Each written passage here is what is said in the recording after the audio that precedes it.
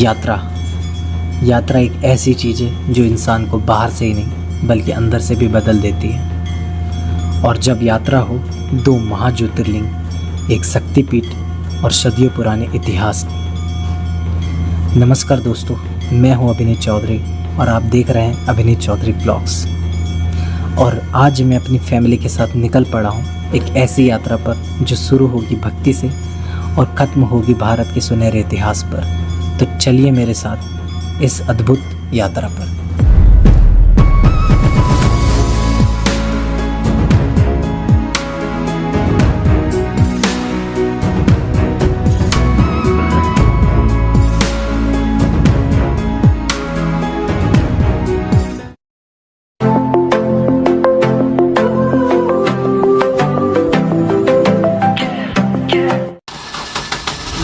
महादेव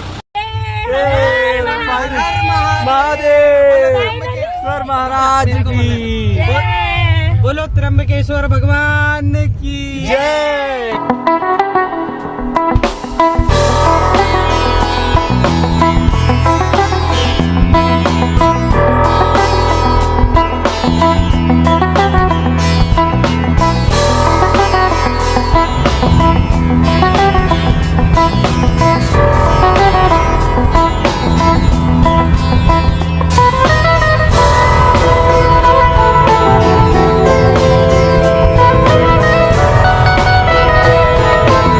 ओम नमः शिवाय।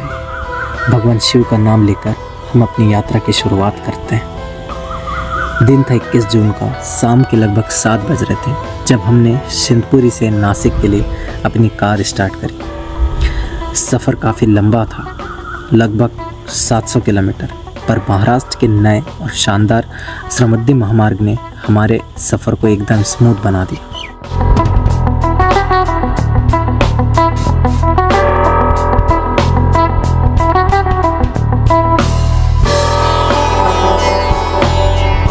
समृद्धि महामार्ग भारत का दूसरा सबसे लंबा और ऑपरेशनल एक्सप्रेसवे है। ये एशिया के लार्जेस्ट वाइल्ड लाइफ कॉरिडोर में से एक है।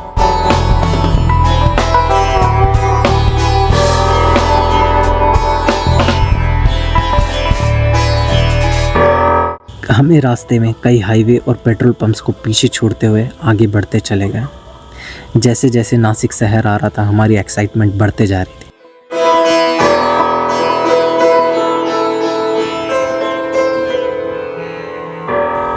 सुबह के लगभग 10 बजे के आसपास हम नासिक शहर में एंटर कर चुके थे।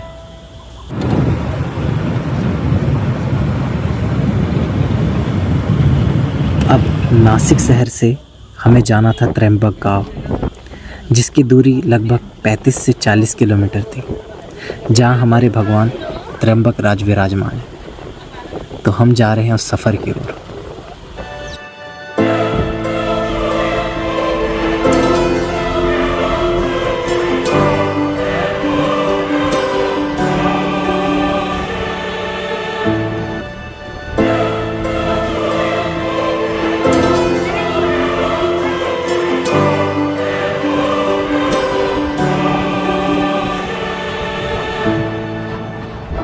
एक लंबा सफ़र तय करने के बाद सबसे पहले हमने लिया एक होटल रूम, थोड़ा फ्रेशअप हुए, नए कपड़े पहना, थोड़ा फ़ोटोशूट और स्नैपचैट का दौर चला और देखते ही देखते दिन के 12 बज गए। अब वक्त था हमारी पहली और सबसे मेन डेस्टिनेशन का। हर हर महादेव, जय श्री महाकाल, हर हर महादेव, जय श्री महाकाल, हर हर महादेव, जय माता महाकाल, हर हर महादेव, जय श्री त्र्यंबकेश्वर महाराज की जय, अंजनी पुत्र हनुमान जी की जय। त्र्यंबकेश्वर ज्योतिर्लिंग, जो हमारे होटल रूम से लगभग 500 मीटर की दूरी में था। इतना लंबा सफ़र तय करने के बाद भी कोई थका नहीं था। सब दोहरी ताजगी के साथ मंदिर की ओर बढ़ते जा रहे थे।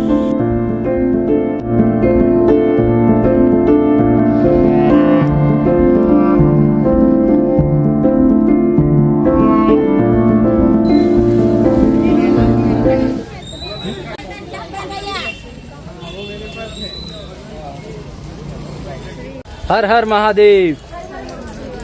नमः शिवाय। ओम नमः शिवाय। यही क्या? हर हर महादेव। हर हर महादेव।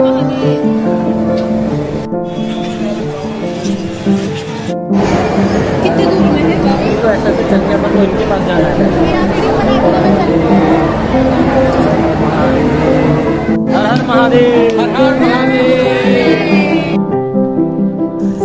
मंदिर एंट्रेंस में एंटर करने के बाद हमने देखा लंबी लाइन, और लाइन ऐसी थी और हमने पाया कि हम थे हॉल B4 में और हमको जाना था हॉल A1 तक। दोस्तों भीड़ इतनी ज़्यादा थी कि हमको B4 से A1 हॉल आते तक शाम के 4 बज चुके थे।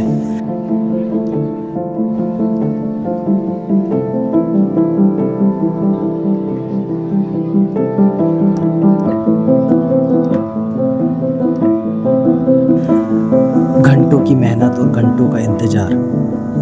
धीरे धीरे हमारे पैरों में दर्द होने लगा था, पेट खाली था, भूख लगने लगी थी।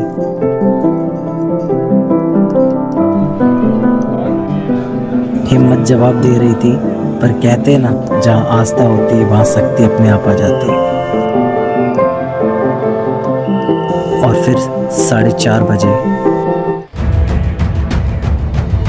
जब हम गर्भगृह के पास से महादेव के दर्शन हुए। हर हर महादेव।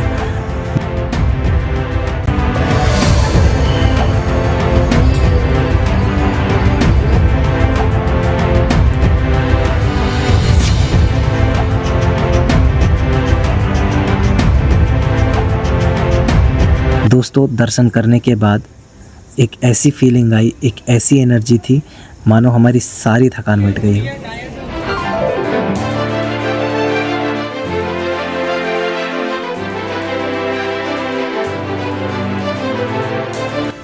त्र्यंबकेश्वर ज्योतिर्लिंग एक ऐसा भारत का ज्योतिर्लिंग है जहाँ पर भगवान शिव के अलावा भगवान ब्रह्मा और विष्णु की भी पूजा की जाती है। दर्शन करते ही पूरी फैमिली की थकान गायब हो गई और अलग ही एनर्जी आ गई। मंदिर प्रांगण से बाहर निकलने के बाद हमने यहाँ का लोकल मार्केट और आजू बाजू की दुकानें घूमी और एक्सप्लोर किया और एक पारंपरिक टीका लगाकर आगे चले गए।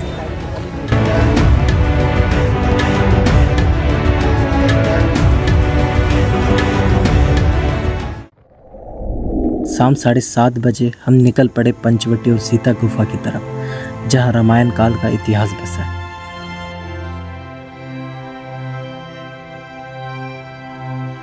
क्या आप जानते हैं इस शहर का नाम नासिक कैसे पड़ा? दरअसल इसका सीधा कनेक्शन रामायण से। जब भगवान राम, माता सीता और लक्ष्मण जी अपने वनवास के दौरान यहाँ पंचवटी में रुके थे, तब यहीं पर लक्ष्मण जी ने रावण की बहन शूर्पणखा की नाक काटी थी। नाक को संस्कृत में नासिका कहते हैं और बस उसी नासिका वर्ड से शहर का नाम नासिक पड़ गया।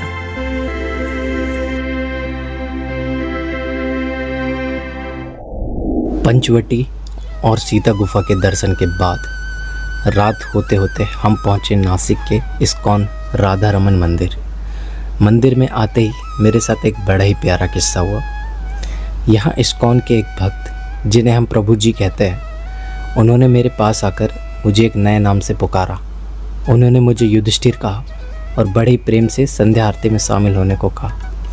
एक पल के लिए मैंने सोचा, यार मेरा नाम तो अभिनीत है, ये मुझे युधिष्ठिर क्यों ही बोल रहे हैं। उनके बुलाने में इतना प्यार था कि सच बताऊं मुझे बहुत अच्छा लगा। और उसके बाद शुरू हुआ आरती का वो अद्भुत पल।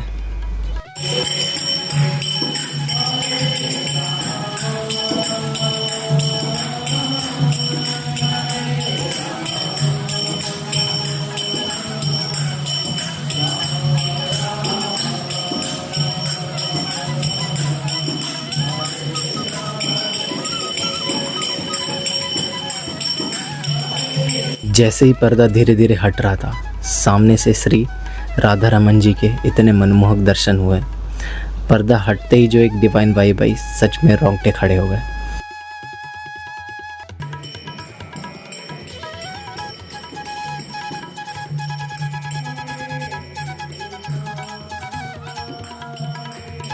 कीर्तन में शामिल होकर इतना एनर्जेटिक और शांत फील हुआ कि दिन भर की सारी थकान गायब हो गई।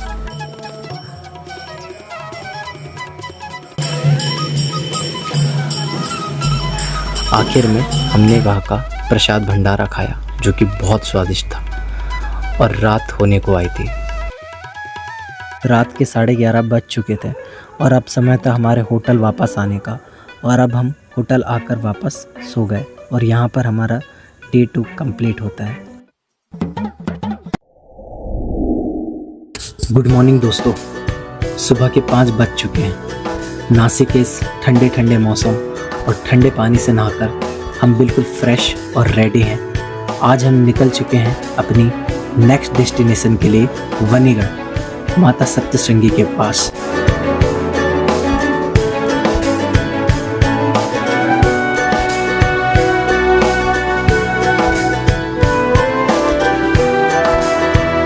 नासिक से करीब 150 किलोमीटर दूर है।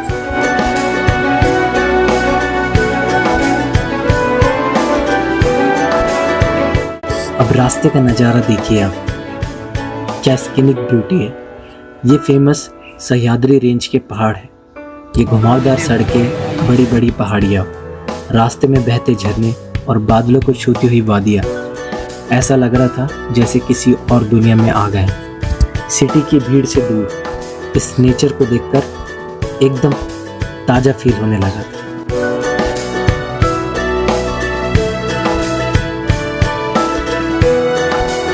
वैसे दोस्तों, क्या आप जानते हैं इस जगह का नाम सप्तशृंगी कैसे पड़ा? दरअसल संस्कृत में सप्त का मतलब होता है 7 और श्रृंगी का मतलब होता है चोटी या पीक्स। यानी ये पवित्र जगह लगभग 1200 मीटर की ऊंचाई पर 7 बड़ी बड़ी पहाड़ियों के बीच घिरी हुई है।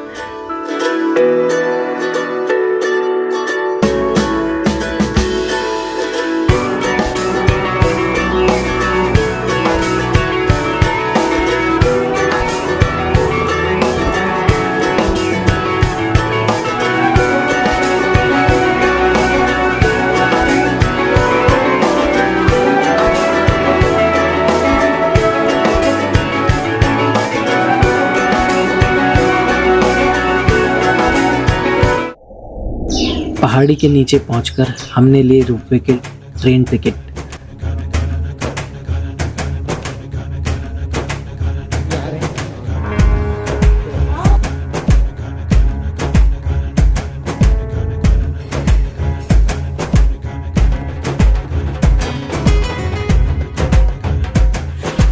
परिवार के साथ पहली बार रोपवे ट्रेन में बैठने वाले हैं। हम लोग ट्रेन पर बैठने वाले हैं, परिवार के साथ पहली बार सफर कर रहे हैं। बहुत अच्छा लग रहा है, पर ठंडी बहुत है यार।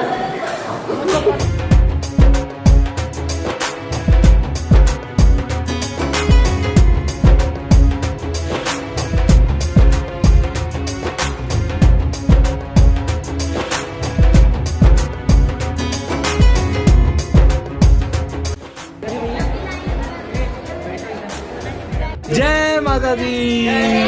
देखो रोपवे चलने लगी दोस्तों, और ये हम लोग सब लोग बैठे हुए हैं। आप चालू रखो अपने में कौन सी? जय माता दी, जय माता दी, जय माता दी, जय माता। देखो हम लोग रोपवे में बैठे हुए हो, आप व्यू देख सकते हो एक नेक्स्ट लेवल के लिए। जय माता दी, जय माता दी, जय माता दी, जय माता दी, जय माता दी, जय माता दी, जय माता दी, जय माता दी, जय माता दी। बोलो भगवान शिव शंभू की जय। बोलो भगवान शिव शंभू की जय। बोलो जय माता दी, जय माता दी। बोलो मातेश्वरी ने बनाया, सोचो भाई क्या बना है यार।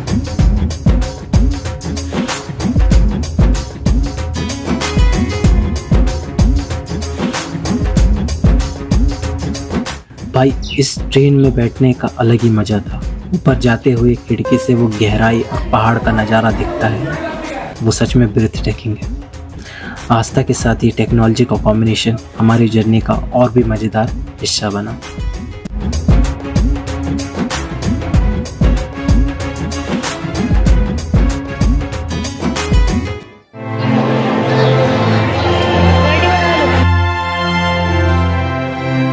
ऊपर पहुंचकर हमने माता के अद्भुत दर्शन हुए। महाराष्ट्र के 3.5 शक्तिपीठ में से एक अर्धपीठ माना जाता है। आपको जानकर हैरानी होगी कि ये माता की जो स्वरूप है वो 8 फीट ऊंची मूर्ति है, जिनकी 18 भुजाएं हैं। हर हाथ में एक अस्त्र और शस्त्र है जो अलग अलग देवता ने उन्हें दिया था। माता को देखते ही सच में एक अद्भुत शक्ति और शांति का एहसास हुआ। दर्शन के बाद हमने यहाँ का फेमस पारंपरिक टीका लगवाया।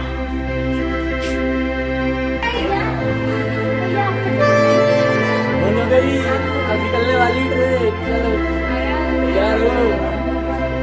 जय माता दी।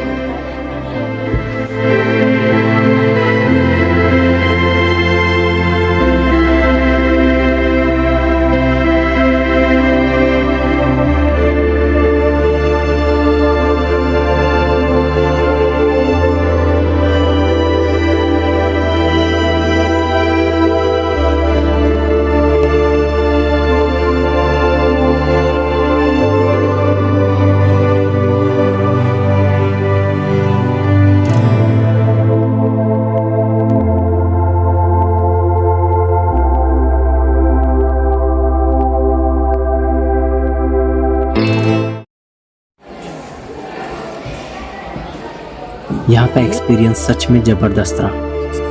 अब दिन के लगभग 1 बज चुके हैं और अब हम कार में वापस बैठ रहे हैं और निकल पड़े हैं अपनी अगली मंजिल की ओर, यानी शिरडी की ओर।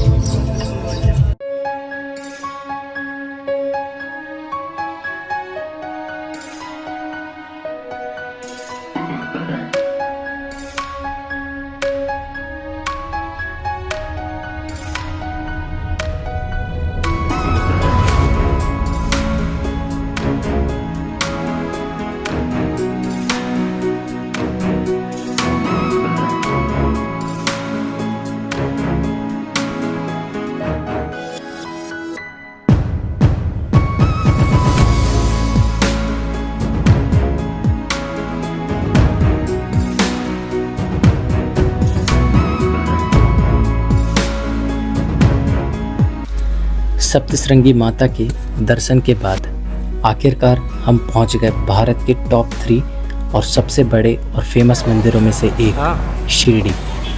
यहाँ आते ही सबसे पहली चीज़ जो नोटिस होती है वो है यहाँ की टॉप क्लास सिक्योरिटी और बेस्ट क्राउड मैनेजमेंट। दर्शन के लिए फ़ोन्स अलाउड नहीं थे, इसलिए हमने सबसे पहले अपने फ़ोन्स और बाकी सामान को लॉकर में जमा किया।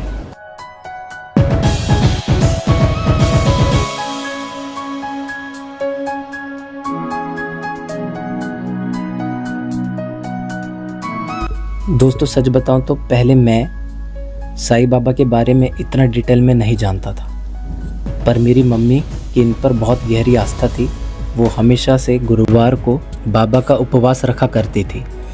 आज मम्मी को यहाँ लेकर और पूरी फैमिली के साथ उन्हें दर्शन करके जो खुशी और सुकून मिला,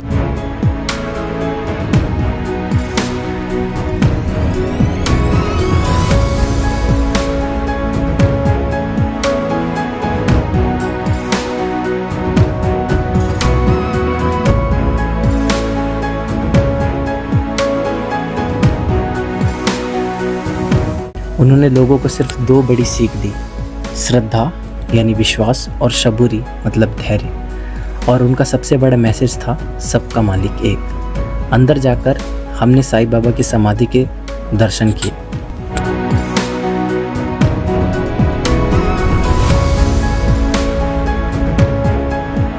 फिर हम गए म्यूजियम में, जहाँ साईं बाबा का असली सामान रखा हुआ था।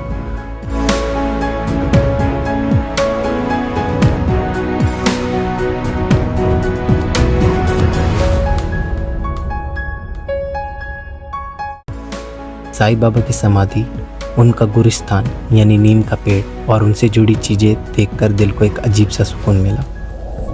बाबा का मानना था कि अन्नदान ही सबसे बड़ा दान है। कोई भी भक्त उनके दरबार से भूखा नहीं जाना चाहिए। दर्शन के बाद हम पहुंचे साईं प्रसादालय। ये सिर्फ एक भोजनालय नहीं बल्कि एशिया का सबसे बड़ा मेगा किचन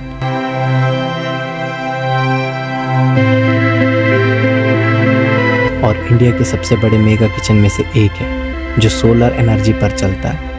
यहाँ डेली लगभग 60,000 से ज़्यादा लोग और वीकेंड्स और फेस्टिवल पर 1 लाख से ज़्यादा लोग बिल्कुल फ्री में बेस्ट क्वालिटी का भोजन करते हैं।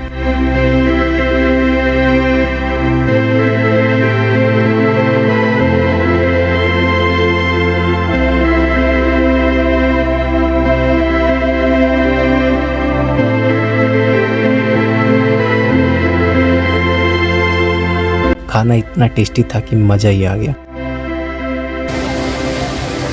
तो कैसा लगा प्रसाद खा के भगवान का?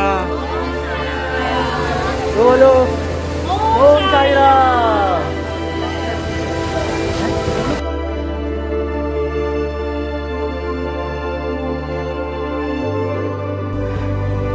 खाने के बाद हम शिरडी के मार्केट में थोड़ी शॉपिंग करते हैं और यहाँ की इस पॉजिटिव एनर्जी को अपने साथ लेकर हम चल पड़े अपनी गाड़ी में बैठकर अपने दूसरे और आखिरी ज्योतिर्लिंग यानी गृष्णेश्वर की ओर। गृष्णेश्वर एलोरा पहुँचते पहुँचते हमें रात हो चुकी थी, तो हमने ज्योतिर्लिंग के पास ही एक होटल लिया और नाइट स्टे किया।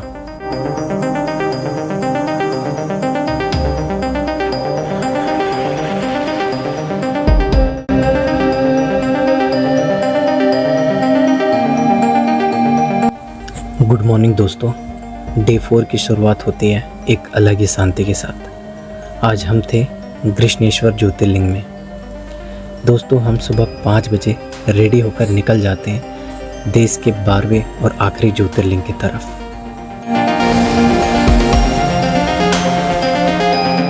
यहाँ का एक अलग ही नियम है। यहाँ पर पुरुषों के लिए धोती पहनना और ऊपर बेयर चेस्ट जाने की परंपरा है।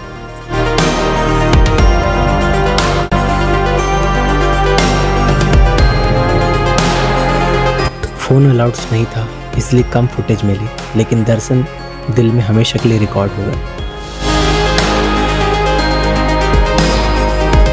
गर्भगृह में जाकर जब अपने हाथों से महादेव के ज्योतिर्लिंग को छुआ, उन पर गंगा जल चढ़ाने का सौभाग्य मिला, मैं शब्दों में नहीं बता सकता। ऐसा लग रहा था कि हमारा ये लंबा सफ़र सफल हो गया। आंखों में थोड़ी नमी थी और दिल में एक अजीब सा सुकून जो शायद मैं ज़िंदगी भर नहीं भूल पाऊँगा, क्योंकि मैंने महादेव को खुद अपने हाथों से गंगा जल चढ़ाया था।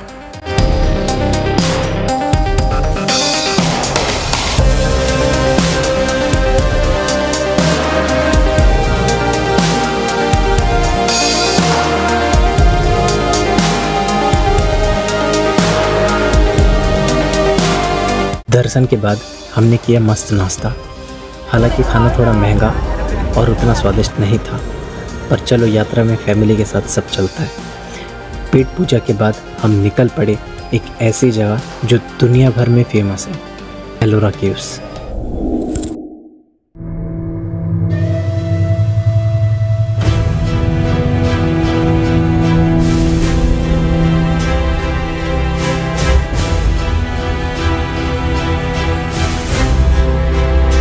हम आ चुके हैं वर्ल्ड फेमस एलोरा केव्स, जिसका इतिहास सुनकर हर भारतीय को गर्व होता है।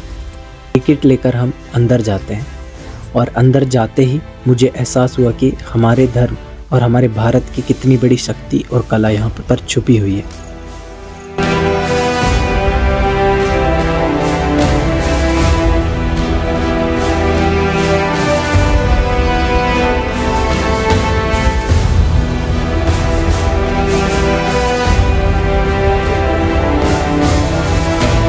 एलोरा केव्स की निर्माण कहानी भी बहुत अद्भुत है।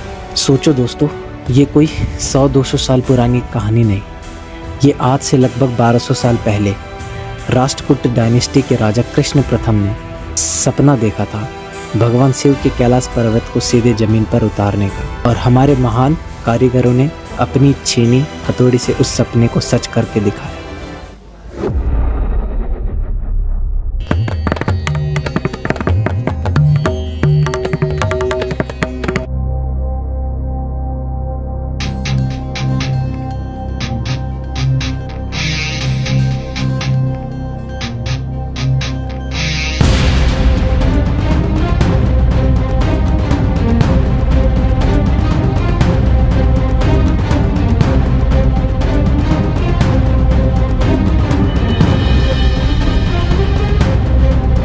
जैसे ही हमने गुफा नंबर 16 यानी कैलाश टेम्पल में कदम रखा, सच बताऊं दोस्तों, मेरे शरीर में गूज़बम्स आ गए। क्या अद्भुत जगह है ये। आज जो 20 रुपए का नोट हम सब यूज़ करते हैं, उस नोट के पीछे जो मंदिर दिखता है वो यही मंदिर है।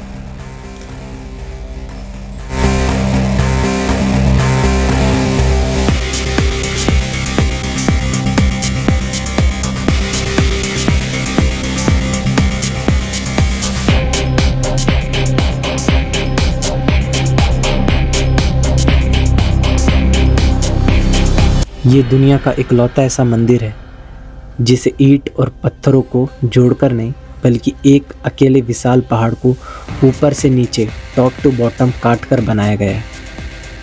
आज की आधुनिक टेक्नोलॉजी और इंजीनियरिंग भी हैरान है कि तब बिना किसी मशीन के इतना परफेक्ट और विशाल मंदिर कैसे बना होगा। यहाँ चलते हुए जब कुछ खंडित टूटी हुई मूर्तियों पर नज़र पड़ती है तो दिल थोड़ा ज़रूर दुखता है कि इतिहास में आक्रमणकारियों ने हमारी इन अद्भुत मूर्तियों को तोड़ने की पूरी कोशिश की थी। पर सच कहूँ तो वो हमारी मूर्तियाँ जरूर तोड़ गए, पर हमारे धर्म की, हमारी शान और हमारी आस्था और हमारे महादेव के इस कैलाश को कभी नहीं तोड़ पाए। एक भारतीय होने के नाते इस अद्भुत इतिहास पर गर्व करते हुए और शक्ति को अपने दिल में समेटकर हम चल पड़े अपनी अगली मंजिल छत्रपति संभाजीनगर औरंगाबाद की तरफ। दोस्तों, इस शहर का पुराना नाम औरंगाबाद था, पर अब इस जगह को छत्रपति संभाजी महाराज के नाम से जाना जाता है। इस नाम के पीछे एक बड़ा बलिदान है।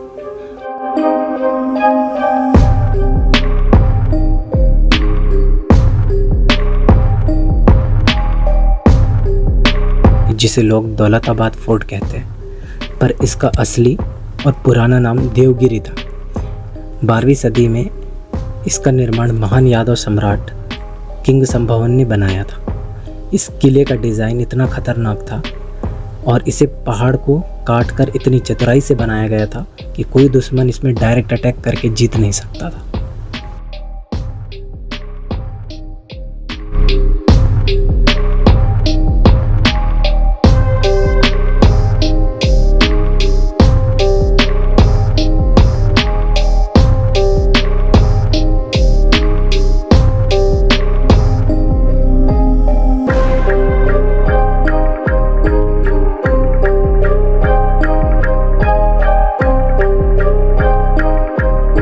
लेकिन वक्त के साथ यहाँ कई हमले हुए।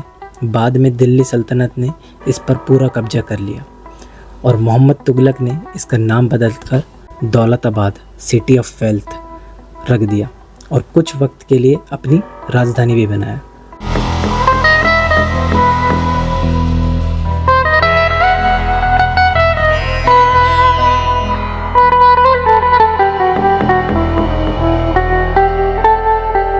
यहाँ तक कि औरंगजेब ने भी अपने कुछ आखिरी साल इसी इलाके में बिताए थे।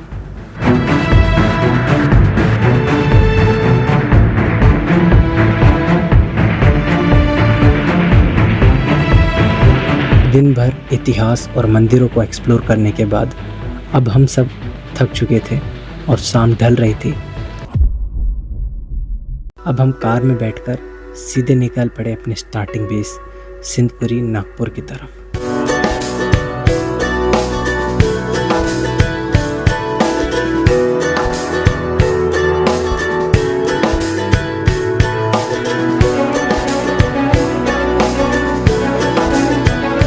रात के ठीक 11:30 बजे आखिरकार हम घर पहुंच गए।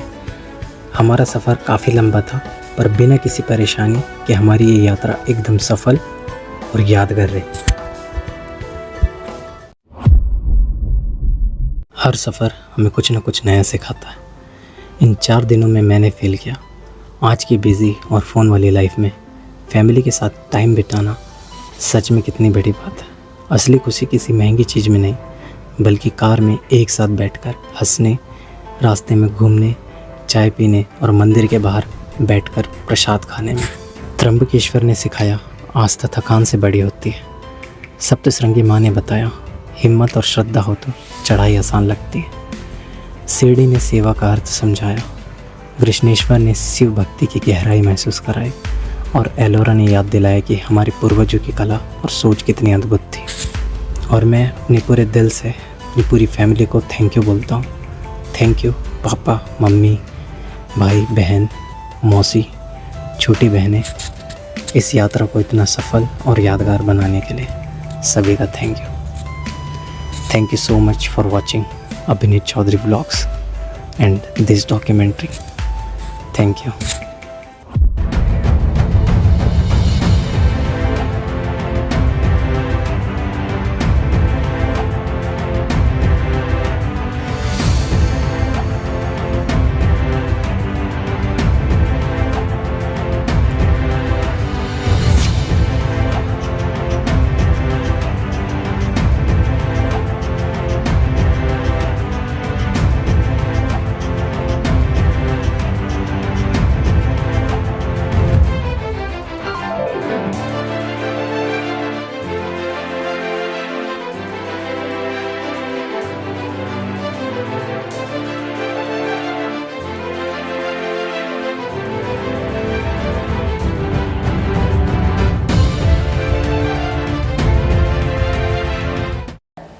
नहीं, मैं तुम लोग को बोलते रहूंगा तो तुम लोग आते जाना। हाय। इस तरह से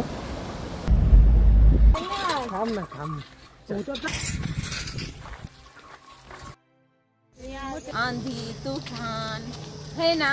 क्या खाने में खाए थे आज? क्या खाए थे? भूल गए। भूल गए। पहुंच गए। ऐसे लोग